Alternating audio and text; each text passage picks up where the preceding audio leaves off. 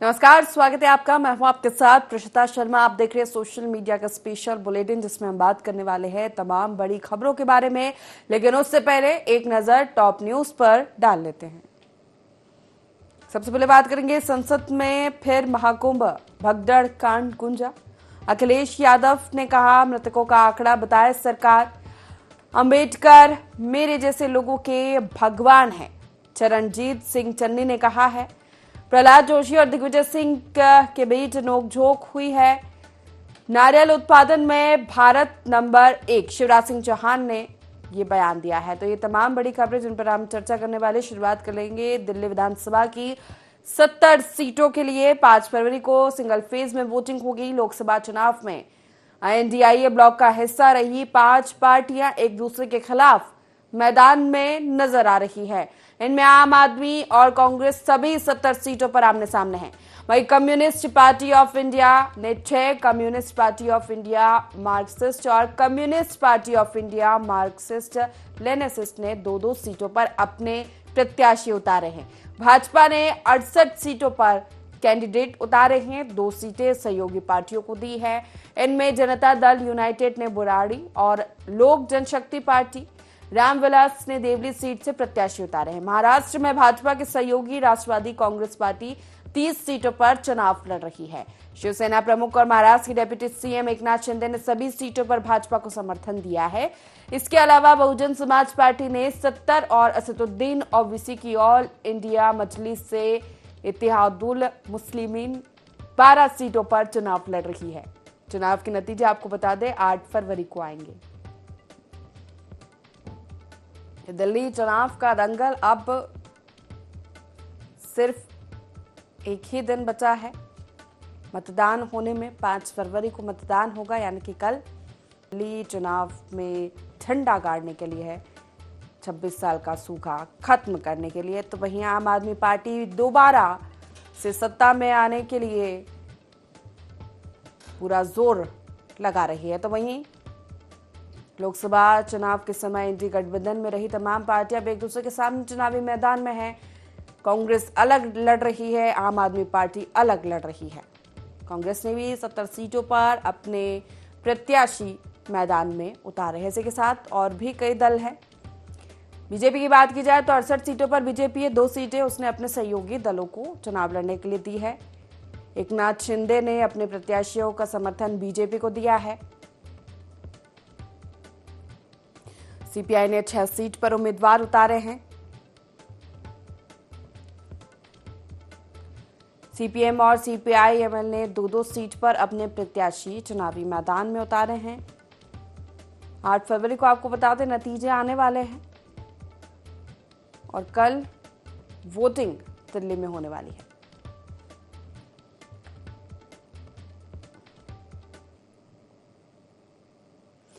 चलिए आगे बढ़ेंगे। कांग्रेस सांसद चरणजीत सिंह चन्नी ने संसद में गृह मंत्री अमित शाह द्वारा अंबेडकर को लेकर दिए गए बयान पर ऐतराज जताया।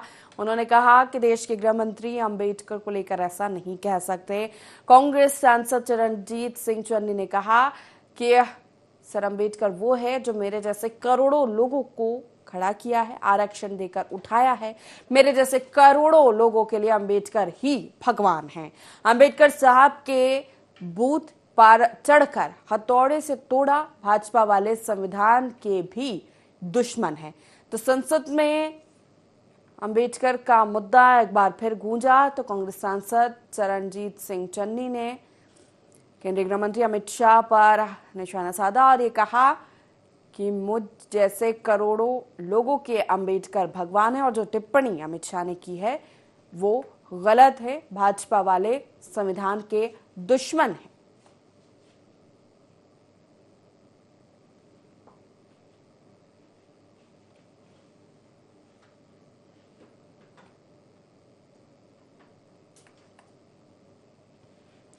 आगे बढ़ेंगे। उत्तराखंड की भारतीय मानक ब्यूरो की देहरादून शाखा की तरफ से मानक मेले का आयोजन किया गया। कार्यक्रम में मुख्यमंत्री पुष्कर सिंह धामी ने भी शिरकत की। कार्यक्रम में बच्चों ने रंगारंग कार्यक्रम में प्रस्तुति देकर सभी का मन मोह लिया। आपको बता दें इस मेले में मानकीकरण, उद्योगों की भागीदारी और कार्यस्थल पर श्रमिकों से जुड़े कई मुद्दों पर चर्चा होगी। तो देहरादून में मानक मेले का आयोजन, सीएम पुष्कर सिंह धामी इस कार्यक्रम मेले में शामिल होने पहुंचे। कार्यक्रम की शुरुआत बच्चों द्वारा रंगारंग कार्यक्रम की प्रस्तुति देकर हुई। सीएम धामी ने इस पूरे मेले में श्रमिकों से चर्चा की।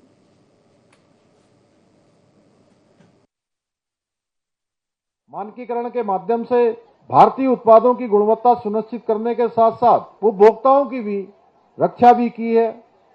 ब्यूरो द्वारा स्थापित मानक हमारे उद्योग, व्यापार और सेवाओं के प्रमाणीकरण की दिशा में अत्यंत महत्वपूर्ण भूमिका निभाते हैं। आज भी जब हम बाजार में कोई उत्पाद खरीदने जाते हैं तो सबसे पहले देखते हैं कि उसमें उस उत्पाद में आईएसआई मार्क है कि नहीं है। ये बच्चे हमारे समझ पा रहे हैं। आप लोग देखते हैं मार्केट में जब जाते हैं, और यदि आईएसआई मार्क होता है तो हमको पूरा भरोसा हो जाता है कि ये उत्पाद, ये जो भी हम खरीदने जा रहे हैं, ये गुणवत्तापूर्ण होगा और जो सुरक्षा के मानक होंगे वो सुरक्षा के मानकों पर भी खरा उतरेगा। ये अपने आप में भारतीय मानक ब्यूरो की विश्वसनीयता और उपभोक्ताओं के प्रति उसकी प्रतिबद्धता को दर्शाने के लिए पर्याप्त होता है। मेरा मानना है कि कोई भी मानक केवल तकनीकी दिशा निर्देश या मापदंड नहीं होते हैं, बल्कि वह हमारे देश के विकास और आत्मनिर्भरता की बुनियाद भी होते हैं। ये न केवल हमारे कार्यों की जो गुणवत्ता है उसे सुनिश्चित करते हैं, बल्कि देश के प्रत्येक नागरिक के जीवन को भी किसी न किसी रूप में अवश्य प्रभावित करते हैं।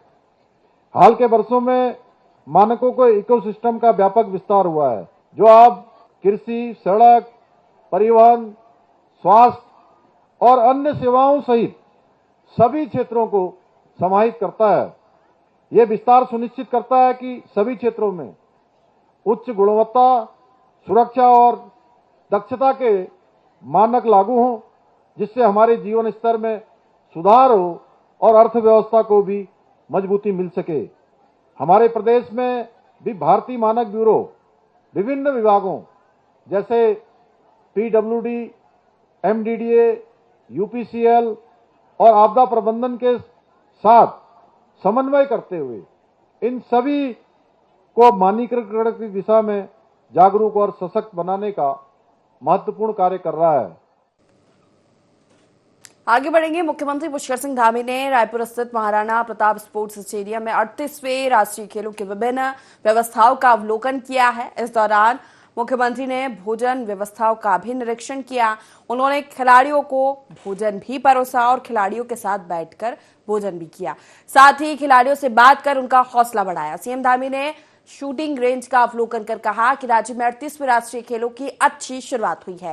राज्य सरकार का प्रयास है कि सभी खिलाड़ी देवभूमि उत्तराखंड से अच्छा अनुभव लेकर जाए। तो आपको बता दें कि इस बार उत्तराखंड में 38वें राष्ट्रीय खेलों का आयोजन किया गया है और सीएम धामी लगातार व्यवस्थाओं पर अपनी नजर बनाए हुए हैं। फिर वो पहुंचे। सीएम धामी ने व्यवस्थाओं का निरीक्षण किया, खिलाड़ियों को खाना परोसा, इसी के साथ उनके साथ बैठकर उन्होंने भोजन भी किया, शूटिंग रेंज का भी अवलोकन किया और सीएम धामी ने कहा कि जब खिलाड़ी यहां से वापस जाए तो एक अच्छा अनुभव लेकर जाए।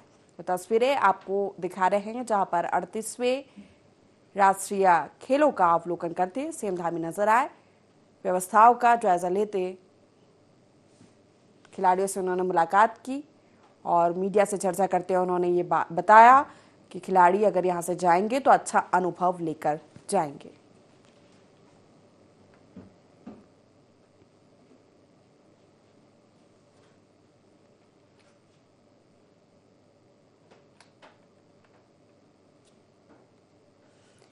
देश में आर्थिक वृद्धि की रफ्तार बढ़ाने के लिए खपत बढ़ाना जरूरी माना जा रहा है।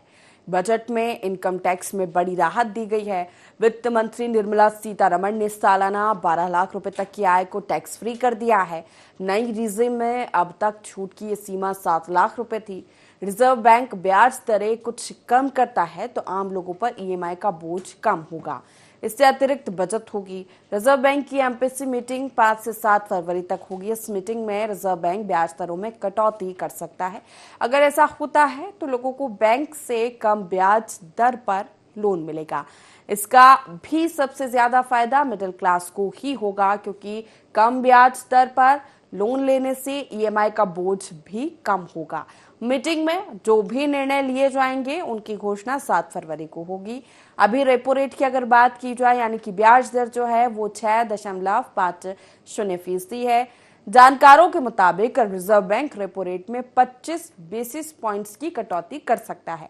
ऐसे में ये दर 6.25% हो जाएगी। रिजर्व बैंक ने फरवरी 2023 से रेपो रेट में अब तक कोई बदलाव नहीं किया है, इसलिए रेपो रेट में बदलाव की और ज्यादा उम्मीदें बढ़ गई है। इस दौरान मॉनेटरी पॉलिसी की 11 मीटिंग हो चुकी है।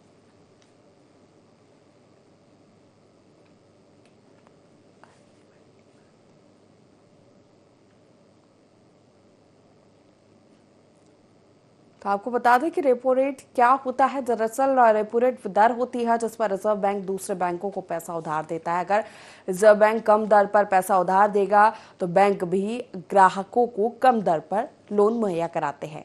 इसमें home loan, car loan, personal loan शामिल है। रेपो रेट कम होने से मिडिल क्लास को बड़ा फायदा होता है, क्योंकि इससे ईएमआई का बोझ कम हो जाता है। वही दूसरी ओर बाजार में लिक्विडिटी भी बढ़ती है।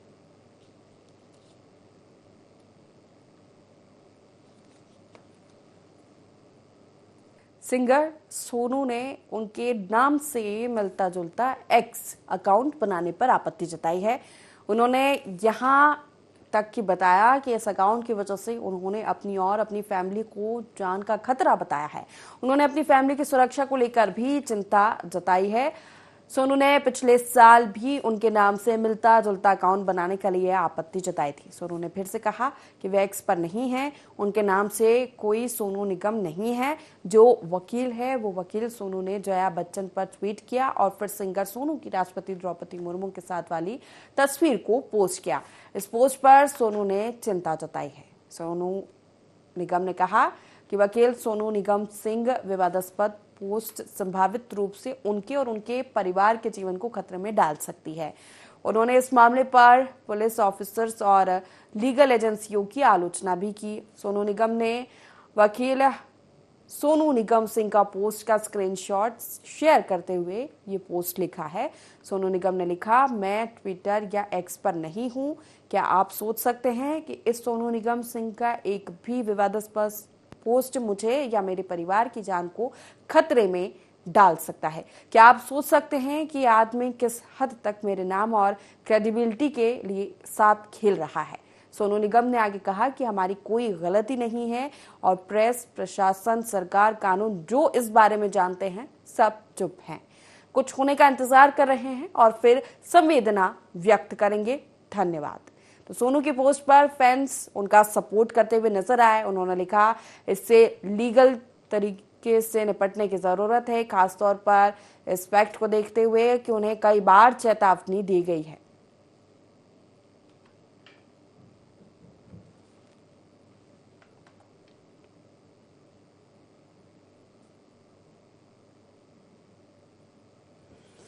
आगे बढ़ेंगे। जया बच्चन के महाकुंभ मेले पर विवादित बयान पर बिहार के सोनू निगम सिंह ने आपत्ति जताई है। इसे आप बॉलीवुड सिंगर सोनू निगम ना समझे। सिंगर सोनू का कोई एक्स अकाउंट नहीं है। बिहार के सोनू ने कहा कि जया बच्चन का मानसिक संतुलन खो गया है। नई दिल्ली बॉलीवुड एक्ट्रेस और समाजवादी पार्टी की नेता जया बच्चन ने महाकुंभ मेले पर विवादित बयान दिया था। उन्होंने संगम के पानी को दूषित बताया था। उन्होंने दावा किया कि भगदड़ में मारे गए लोगों के शवों को नदी में फेंक दिया गया, जिससे पानी और भी ज्यादा गंदा हो गया है। इस पर बिहार के एक क्रिमिनल वकील सोनू निगम सिंह ने कमेंट किया है। नेटिजन्स को लगने लगा कि बॉलीवुड सिंगर सोनू निगम ने यह कमेंट किया है। सोनू निगम के पिछले साल जून में ही कंफर्म कर दिया था कि वे ट्विटर पर नहीं है। उन्होंने 7 साल पहले ही एक्स छोड़ दिया था। तो बिहार में रहने वाले क्रिमिनल वकील सोनू निगम सिंह ने जया बच्चन के बयान वाले वीडियो को अपने एक्स अकाउंट पर शेयर करते हुए लिखा, जया बच्चन जी ने अपना मानसिक संतुलन खो दिया है। अमिताभ जी इन्हें किसी अच्छे डॉक्टर से दिखाई है। उनके इस ट्वीट पर लोगों ने भी जया बच्चन पर निशाना साधना शुरू कर दिया। एक यूजर ने कमेंट किया कि जया भादुड़ी बच्चन नामक ये महिला मानसिक रूप से असंतुलित हो गई है। इसके परिवार में ही बहुत सी समस्याएं चल रही है, जिस कारण इनका मानसिक संतुलन लगभग बिगड़ चुका है और ये अनाप शनाप बोलती।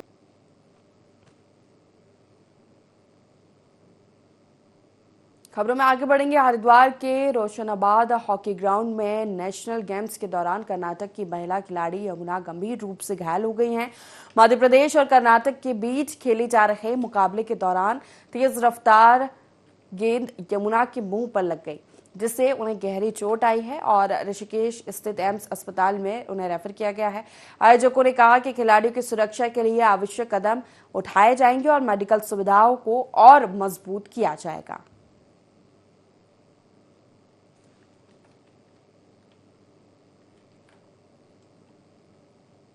हरिद्वार से आपको खबर बता रहे हैं, जहां रोशनाबाद हॉकी ग्राउंड में नेशनल गेम्स के दौरान कर्नाटक की महिला खिलाड़ी यमुना गंभीर रूप से घायल हो गई है। दरअसल मध्य प्रदेश और कर्नाटक के बीच मुकाबला खेला जा रहा था। इस दौरान तेज रफ्तार गेंद यमुना के मुंह पर लग गई, जिससे उन्हें गहरी चोट आई। फिर उन्हें ऋषिकेश स्थित एम्स अस्पताल में रेफर किया गया है।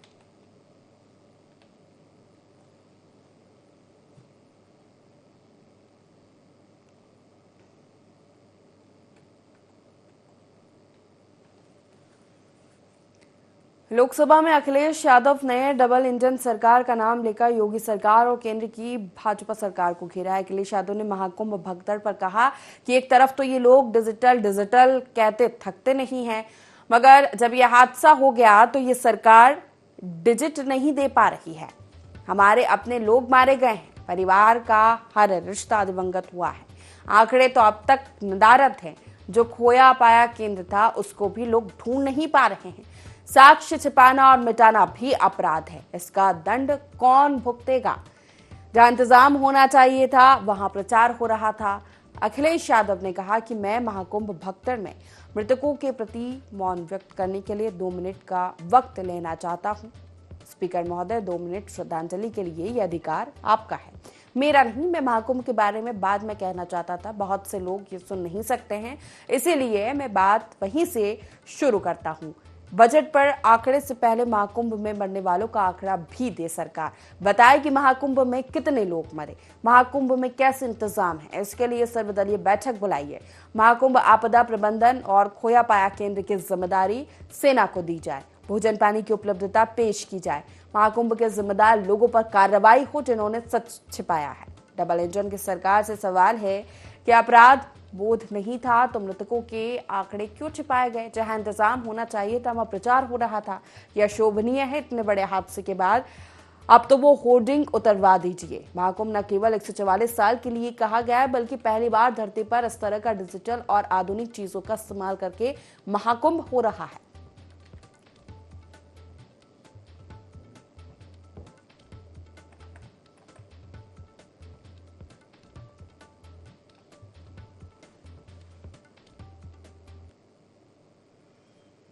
आगे बढ़ेंगे। अमेरिका का एक मिलिट्री प्लेन प्रवासियों को भारत भेज रहा है। रिपोर्ट के अनुसार ये जानकारी अमेरिका के एक ऑफिसर ने दी है। उन्होंने बताया कि राष्ट्रपति डोनाल्ड ट्रंप अपने इमिग्रेशन एजेंडे को पूरा करने के लिए सेना की मदद ले रहे हैं, जिसमें अमेरिकी मैक्सिको सीमा पर सैनिक भेजना, प्रवासियों को देश से बाहर करने के लिए मिलिट्री एयरक्राफ्ट्स का उपयोग करना शामिल है। इसी के साथ सैन्य C-17 विमान प्रवासियों को लेकर भारत के लिए रवाना हो चुका है।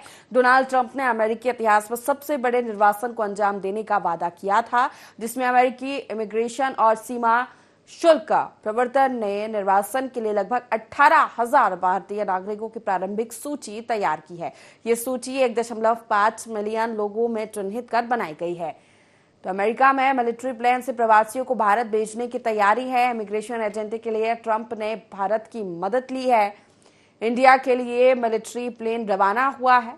अमेरिका ने भारतीय प्रवासियों की डिपोर्टिंग शुरू कर दिया। 18,000 भारतीय नागरिकों की प्रारंभिक सूची तैयार की गई है।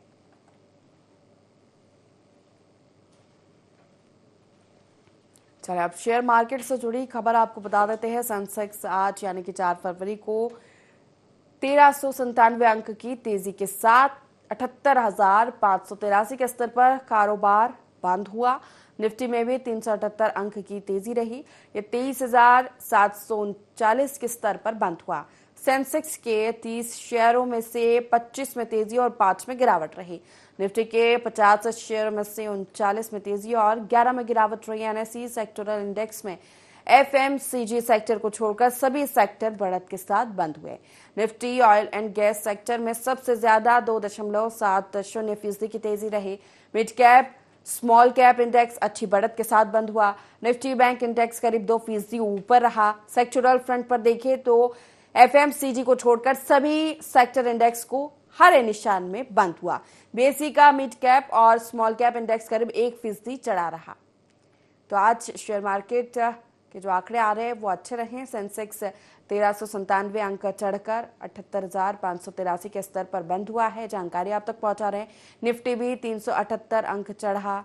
ऑयल एंड गैस सेक्टर में सबसे ज्यादा खरीदारी रही। 30 शेयरों में से 25 में तेजी और 5 में गिरावट देखी गई। तो 700 अंक से ज्यादा की गिरावट देखी गई है।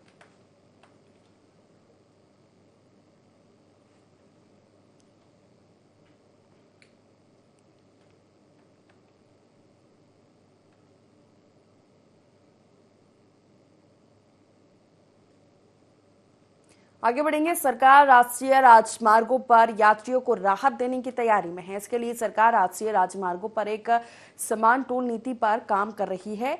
केंद्रीय मंत्री नितिन गडकरी ने खुद ये बयान दिया है। उन्होंने एक इंटरव्यू में कहा कि हम एक समान टोल नीति पर काम कर रहे हैं। इससे यात्रियों को होने वाली समस्याओं का समाधान मिलेगा। अब भारत के राजमार्ग का बुनियादी ढांचा अमेरिका से मेल खाता है। नितिन गडकरी ने आगे कहा कि सड़क परिवहन और राजमार्ग मंत्रालय सोशल मीडिया पर यात्रियों की शिकायतों को बहुत गंभीरता से ले रहा है और इसमें शामिल ठेकेदारों के खिलाफ कड़ी कार्रवाई कर रहा है। वर्तमान में राष्ट्रीय राजमार्गों पर लगभग 60% यातायात निजी कारों का है। इन वाहनों से टोल राजस्व का हिस्सा लगभग 20 से 26% है। 2023-24 में भारत में कुल टोल संग्रह लगभग 64,809.86 करोड़ रुपए तक पहुंच गया, जो बीते साल की तुलना में 35% ज्यादा है। सरकार ने चालू वित्त वर्ष में अब तक लगभग 7,000 किलोमीटर राजमार्गों का निर्माण किया है। दिल्ली राष्ट्रीय राजमार्गों पर यात्रियों को राहत देने की तैयारी है। एक समान टोल नीति पर सरकार काम करेगी।